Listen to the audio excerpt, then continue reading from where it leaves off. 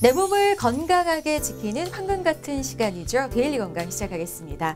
오늘은 정형외과 전문의 전병호 원장님 모셨습니다. 원장님 어서 오세요. 안녕하세요.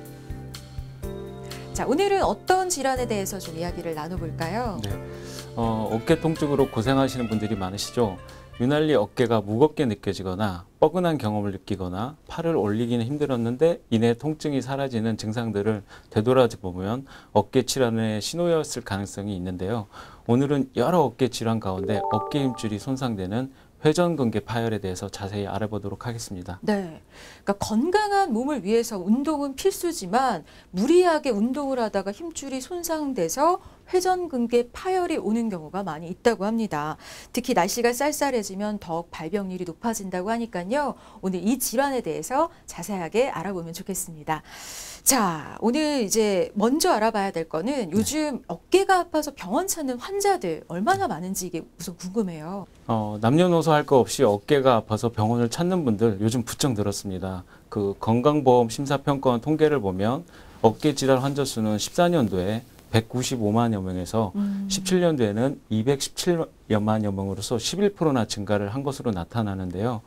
어깨를 주로 쓰는 배드민턴, 테니스, 특히 요즘 골프, 수영 같은 야외 스포츠를 즐기는 사람들이 늘어나면서 어깨 관련 부상도 덩달아 늘어나는 것으로 보입니다. 그렇군요. 자, 오늘의 주제가 바로 이 여러 어깨 질환 중에서도 좀 빈번하게 발생하는 회전근개 파열인데요. 네. 근데 아무래도 이제 파열이란 단어가 들어가는 거 보니까 뭔가가 좀 찢어졌나라는 느낌은 오거든요. 회전근개 파열, 정확히 어떤 질환인가요, 선생님? 네. 어깨 통증의 원인 가운데 가장 많이 발생하는 질환이 바로 회전근개 파열입니다. 어깨는 세 개의 뼈, 상완골, 견갑골, 쇄골 세 개의 뼈와 극상건, 극하건, 견갑하건, 소원형건 4개의 힘줄로 구성되어 있는데요. 이 회전근개 파열은 어깨 힘줄 병증으로도 잘 알려져 있고요. 어깨에 있는 4개의 힘줄, 즉 아까 4개 말씀드린 극상근, 극하근, 견갑하근, 소원형근이 구성된 회전근개가 손상되는 질환을 말합니다. 그렇군요. 그러니까 쉽게 말하자면은 어깨에 있는 힘줄에 뭔가 이상이 생긴 질환이라고 생각하면 되겠네요. 네네. 자, 근데 이제 왜 손상이 되는지 또 어떻게 손상이 되는지 알아보기 위해서는 우선 회전근개에 대해서 좀 알아볼 필요가 있겠거든요. 네. 이게 우리 몸에서 정확히 어떤 역할을 하는 부위인가요? 회전근개는 4개의 근육으로 형성되어 있지만 하나의 기관인 것처럼 움직여서 어깨를 회전시키는 운동, 또 상완골두에 견갑와라고 하는데 어깨의 딱 중심에 잘 위치하도록 하는 중요한 기능도 하고 있습니다. 한마디로 회전근개는 어깨의 안정성을 유지하기도 하면서 운동을 이루어지도록 하는 힘줄이라고 보시면 되겠습니다. 그렇군요. 그러면 이제 이상이 생기는 경우 회전근개가 바로 파열이 되는 건지 아니면 질환의 어떤 진행 과정이 있는 건지 궁금해요. 네네. 앞서 이야기한 것처럼 회전근개는 어깨의 안정성을 유지하면서 운동이 이루어지도록 합니다. 하지만 나이가 들면 힘줄이 노화되거나 반복적인 일에 의해서 운동으로 피로와 자극이 반복되면 힘줄이 점차적으로 탄력을 잃게 되고 손상되는 현상이 나타나는데요. 그것을 회전근개 손상이라고 합니다. 처음엔 작은 손상에서 시작하지만 계속 어깨를 사용해서 자극이 반복될 경우에는 힘줄 파열로 이루어지는 것입니다. 그렇군요. 자, 근데 어깨에 있는 회전근개 외에도 다른 힘줄들이 있을 텐데요. 이 파열은 회전근개에만 생기는 건가요? 물론 어깨는 회전근개 이외에도 상완 이두건 등 많은 힘줄이 있고 이런 힘줄에도 문제가 발생할 수 있지만 회전근개가 어깨에서 가장 중요한 역할을 하고 또 유병률이 높기 때문에 가장 관심이 집중되는 부위입니다. 네, 그래서 그런지 요즘 뉴스 보면 뭐 회전근개 질환 얘기를 많이 듣게 되는데요. 실제로 환자는 어느 정도나 될까요? 네. 건강보험 심사평가원 통계 자료에 따르면 회전근개 파열로 병원을 찾은 환자는 2013년도에는 약 15만 명 정도였는데 17년도에는 17만 명 정도로 매년 약 5천 명가량이 늘어나고 있습니다. 회전근개 파열은 노화로 인해서 50대 이후에 중장년층에서 주로 발생하지만 최근에는 운동을 즐기는 20대, 30대 분들도 흔히 일어나게 됩니다. 그렇군요. 그러니까 다양한 연령층에서 발생한다는 걸 알 수가 있었는데요. 그렇다면 언제 발병률이 높아지는지도 좀 궁금해요. 아무래도 날이 좀 추워지면 몸도 움츠러들고 활동량이 주니까 겨울철 이럴 때 좀 많을까요? 네. 아무래도 기온이 떨어지게 되면 추운 겨울에 근육과 혈관이 수축되면서 작은 충격에도 손상을 입어서 병원을 찾는 환자분들이 많아집니다. 네. 자, 그럼 이번에는 회전근개 파열의 원인에 대해서 살펴보겠습니다. 회전근개 왜 파열되는 걸까요? 많은 분들이 이런 얘기를 하면 씁쓸해하시고 슬퍼하시고 하는데요. 대부분의 원인은 퇴행성 변화, 즉 네. 노화 현상입니다. 네. 팔을 정상적으로 쓸 때에도 회전근개는 주변에 있는 뼈나 단단한 인대와 같은 구조물에 자꾸 닿게 되는데요. 이러한 자극과 충돌이 반복되게 되면서 점차 회전근개 힘줄이 닳고 해지다가 끊어지게 됩니다. 또한 세월이 흐르면서 회전근개의 특정 부위에 혈액순환 장애가 발생해서 쉽게 약해져서 끊어진다는 설도 있고, 드물게는 큰 충격을 받아서 한 번에 의해서 다치는 경우도 발생할 수 있습니다. 네. 자, 그럼 이번에는 회전근개 파열의 증상에 대해서 알아보겠습니다. 아무래도 힘줄이 끊어졌으니까 통증이 상당하지 않을까라고 짐작은 되는데요. 어느 부위에 어떤 증상이 나타나는지 좀 자세하게 알려주세요. 네. 힘줄이 위치한 어깨 부위가 아프기도 하고 팔뚝이 아프다고 호소하는 경우도 종종 있습니다. 팔을 들거나 돌릴 때 아프고, 또 아픈 어깨를 쪽으로 돌아 누워서 자기 힘들다고 호소하시는 분들도 있습니다.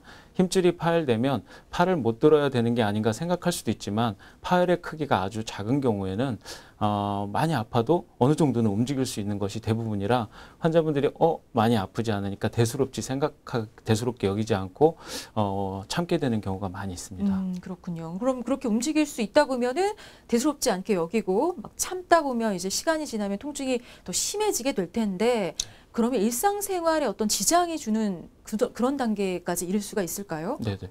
팔을 돌릴 때 아프기 때문에 오래 옷을 갈아입는 것도 힘들 수 있고, 증상이 심한 분들은 팔을 뻗어서 물건을 잡는 것도 힘들거나, 머리를 손질하거나 빗거나 세수하는 경우에도 힘들어하는 경우가 있습니다.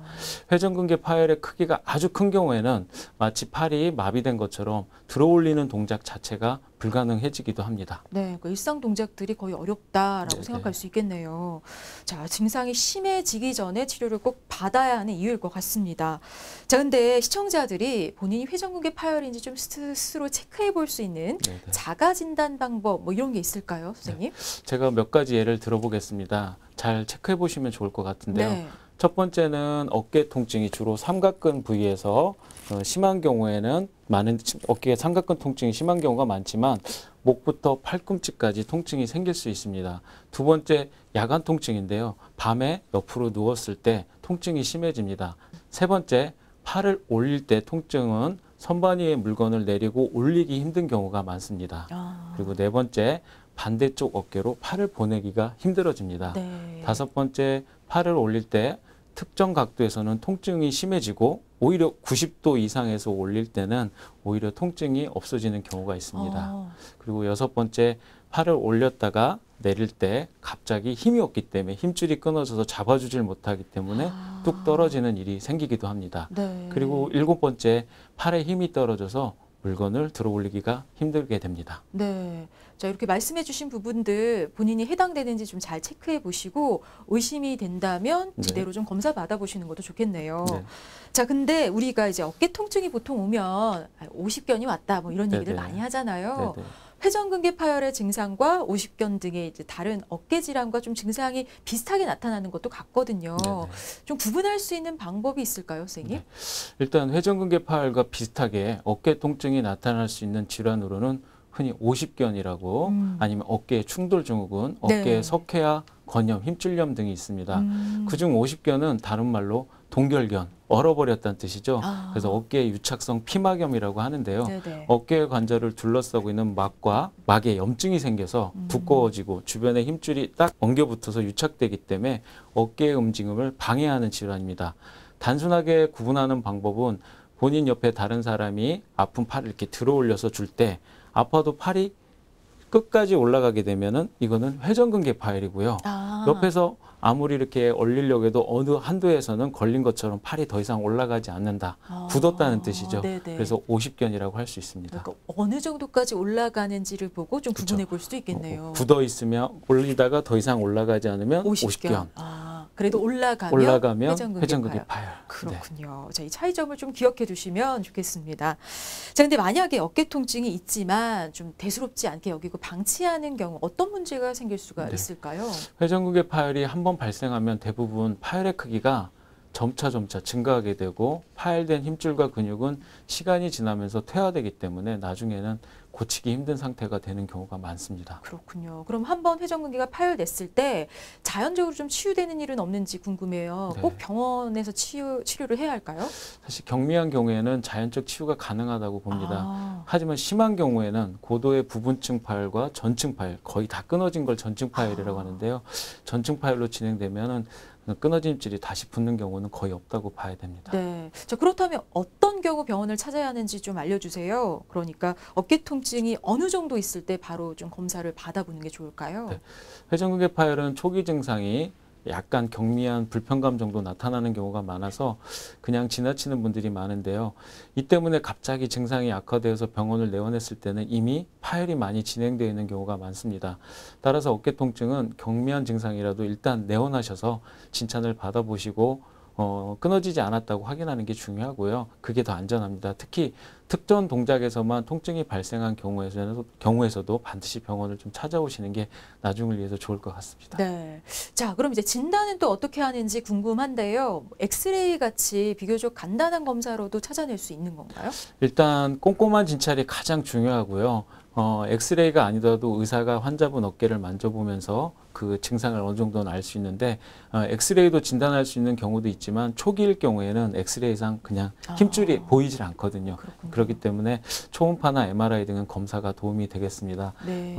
제 실례로 저희 환자분 거를 하나를 사진을 가져왔는데 네, 네. 오른쪽 사진 같은 경우에는 어깨 회전근개 근육이 힘줄로 바뀌어서 뼈에 붙는 자리에 정상적으로 붙어있는 사진을 가져왔는데 네. 왼쪽 사진 같은 경우에는 회전근이 힘줄로 바뀌어서 붙어야 되는데 이 부분이 끊어져서 이렇게 너덜너덜하게 떨어져 있는 사진을 보입니다. 그렇군요. 이런 경우는 아까서 말씀드린 것처럼 엑스레이에서는 힘줄이 보이지 않기 때문에 뼈 사이 간격이 너무 좁아졌을 때 이분은 힘줄이 좀 끊어졌는 게 강력히 의심된다. 의심할 수는 있지만 정확히 진단을 내리려면 초음파나 MRI 같은 검사가 필요하게 됩니다. 그렇군요. 자, 이런 그럼 정확한 검사법을 통해서 진단이 내려졌다면 또 그 상태에 맞는 치료를 네네. 조속히 받아야 할 텐데요. 자, 이제 회전근개 파열 치료법에 대해서 좀 알아보겠습니다. 어떻게 네. 치료할 수 있을까요, 원장님? 파열 상태에 따라서 좀 치료 방법이 달라지는데요. 일단 먼저 전층 50% 미만의 파열을 부분 파열이라고 하는데 이러한 경우에는 비수술적인 치료, 예를 들어 진통 소염제를 투여한다든지 스테로이드를 주사요법을 한다든지 요즘 가장 외래에서 많이 유행하고 있는 프롤로 치료, 뭐 한국말로 증식 치료라고 하는데 네네. 손상된 힘줄을 붙여주는데 아주 큰 효과가 있는 것으로 밝혀져 있습니다. 네. 하지만 전층 파열일 경우에는 특히 젊은 환자분들 활동이 많고 또 다쳐서 생긴 외상성 파열의 경우에는 수술을 하는 경우가 많고요. 관절 내시경을 통해서 회전근개 봉합술을 시행하게 됩니다. 최근에 제가 수술하신 분 사진을 가져왔는데요. 네네. 오른쪽 사진 같은 경우에는 아래쪽에 있는 게 위팔뼈고 위쪽에 힘줄이 이렇게 덮어져 있어야 되는데 힘줄이 끊어져 있으면서 관절이 완전히 노출된 사진이고요. 이 왼쪽 사진 같은 경우는 봉합실을 이용해서 당겨서 내시경으로 해서 꼬매놓은 사진입니다. 그렇군요. 자, 그러면은 우선은 50% 이하의 부분 파열은 비수술적 치료를 주로 한다고는 하셨는데 그렇게도 완치가 가능한 건가요, 원장님? 사실 보고에 따라서 차이가 있긴 하지만 일부의 경우에는 완치에 가까울 수 있어도 대부분의 완치의 의미보다는 더 이상 나빠지지 않는 증상 완화의 파열 진행을 막는 데 큰 목적이 있다고 보겠습니다. 그래서 끊어진 거를 다시 붙여준다는 의미보다는 여기서 멈춰서 통증을 느끼지 않고 더 이상 진행하지 않게 하는 데 의미가 있습니다. 그렇군요. 자, 그리고 전층 파열의 경우에는 이제 수술, 아까 뭐 회전근개 봉합술 같은 수술을 진행한다고 하셨는데 수술 후에 뭐 부작용이나 합병증 이런 거는 없을까요, 원장님? 수술 후 관절의 강직, 재파열 또는 뭐 만성 통증과 같은 합병증은 생길 수 있지만 요즘은 이제 관절경 기술도 많이 좋아지고 수술 후에 재활 같은 것도 많이 좋아져서 많이 드물다고 생각하시면 될 것 같습니다. 그렇군요. 걱정은 안 하셔도 될 것 같습니다. 근데 재파열 얘기를 하신 거 보니까 네네. 재파열이 생기면은 재수술을 하기도 하는 건가요? 그렇죠. 보통 한번 수술하고 재파열이 된 경우에는 재수술을 해야 된다 생각하셔야 될 것 같습니다. 자, 그러면 치료 후에 좀 관리를 잘하는 것도 중요할 것 같은데요. 환자가 피해야 할 뭐 동작, 운동 이런 게 따로 있을까요? 파열이 심하지 않아 통증 완화 치료만을 받았거나 또는 심해서 수술을 받은 경우 모두 회전근개가 지나치게 자극되는 동작은 피해야 됩니다. 수술을 하셨든 안 했든 무리를 하지 말라는 뜻인데요. 무거운 거를 반복적으로 드는 일, 머리 위로 손을 올려서 하는 일이나 또 심한 운동 같은 거를 줄이는 것이 좋습니다. 또한 치료 후에는 염증이 발생해서 2차적으로 50견이 발생해서 관절에 유착이 생길 수 있으므로 항시 맨손 체조, 적절한 스트레칭을 매일 하는 것이 가장 중요하다고 생각합니다. 네. 자, 근데 이제 어느덧 마무리할 시간이 다 됐거든요. 선생님, 마지막으로 생활 속에서 어깨 건강을 지킬 수 있는 팁 있으면 좀 네. 전해주시죠. 눈의 앞에 말씀 나온 얘기지만 어깨는 저는 그렇게 말씀을 많이 드리거든요. 자동차 타이어하고 같다. 어깨 힘줄은 네. 급하게 타고 급출발하고 급정거하면 금방 손상돼서 타이어가 손상되듯이 어깨 힘줄도 너무 무리하게 반복적으로 사용하거나 무거운 걸 너무 많이 들거나 하면 힘줄이 손상이 이루어질 수 있거든요. 네. 반대로 자동차를 타지 않고 집에만 논다고 이게 타이어가 멀쩡한 게 아니잖아요. 그렇죠, 그렇죠. 맨손 체조, 아까 말씀드렸던 스트레칭이라든지 항상 반복적으로 운동을 많이 해주면 어깨 건강을 지킬 수 있을 거라 생각합니다. 네. 자, 정말 어깨 병이 생기기 전에 작은 증상도 무시하지 마시고 틈틈이 휴식도 취해주시고 또 스트레칭으로 이런 피로감도 좀 잘 풀어주셔야 건강한 어깨를 지킬 수 있다는 거 꼭 기억해 주시기 바랍니다. 쉽게 풀어가는 건강 이야기 데일리 건강 오늘 여기까지고요. 전병호 원장님과 함께했습니다. 원장님 고맙습니다.